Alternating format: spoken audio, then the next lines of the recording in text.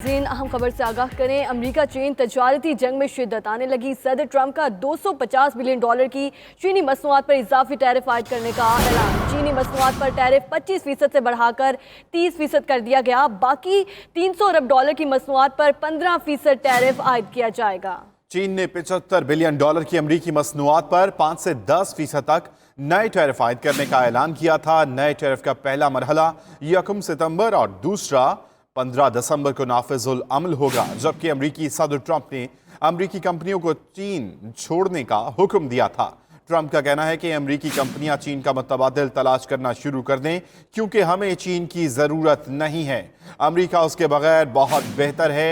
चीन के साथ तजारत में अमरीका ने कई सालों के दौरान खरबों डॉलर गंवाए हैं। अमरीका चीन तजारती जंग के आलमी मार्केट पर भी मनफी असरात पड़ रहे हैं। डाउ जोन्स इंडस्ट्रियल एवरेज में 620 पॉइंट्स की कमी वाक़ई हुई है, जबकि लंदन की फाइनेंशियल टाइम्स स्टॉक एक्सचेंज और जर्मन डेक्स में भी मनफी रुझान रहा है। आपको बता रहे हैं कि अमेरिका चीन तजारती जंग में शिद्दत आने लगी है। सदर ट्रंप का $250 बिलियन की चीनी मसनूआत पर इजाफी टैरिफ आयद करने का ऐलान सामने आया, जबकि चीनी मसनूआत पर टैरिफ 25% से बढ़ाकर 30% कर दिया गया है।